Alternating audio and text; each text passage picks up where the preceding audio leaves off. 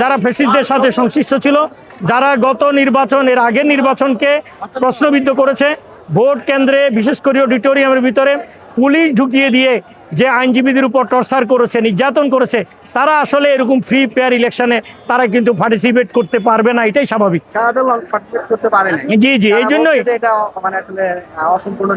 না, আমরা অসম্পূর্ণ নির্বাচন এটাকে মনে করছি না।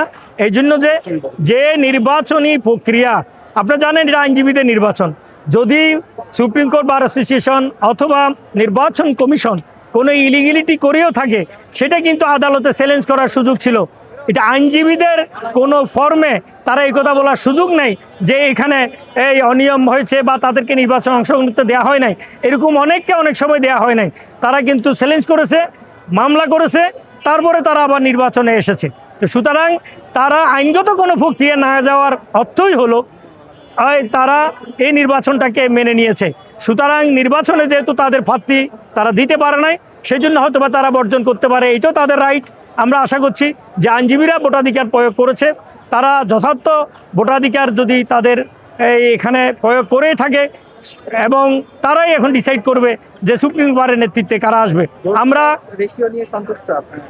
এখানে যেহেতু আমরা এর আগেও দেখেছি যে সাধারণত এই রেশিও এরকমই ভোট কাস্ট হয়ে থাকে।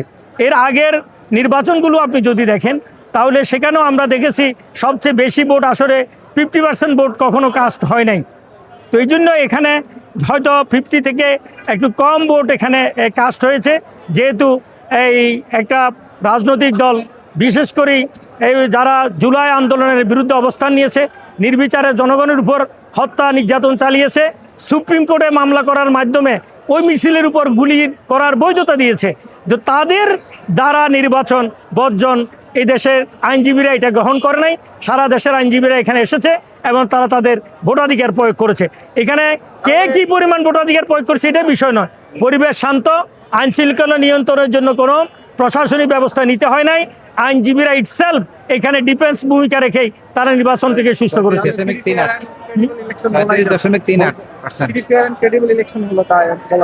এটা আমরা বলতে পারি, যেহেতু গণনাটা এখনো সম্পন্ন হয় নাই, সেজন্য পরিপূর্ণ কমেন্ট করা এখনো সময় আসে নাই। আপনার ফলাফল পর্যন্ত অপেক্ষা করতে পারে, কারণ আমরা দেখেছি কারচুপিটা, ডিজিটাল কারচুপি যেটাকে বলা হয়, সেটা কিন্তু একদম শেষে হয়। তো এই জন্য আমরা আশঙ্কা করছি যে এরকম কিছু হয়তো, আমরা আশঙ্কা করি এরকম কোনো কিছু হবে না। আর তারপরও আমরা অপেক্ষা করব শেষ পর্যন্ত কী হয় সেটা দেখার জন্য। ধন্যবাদ।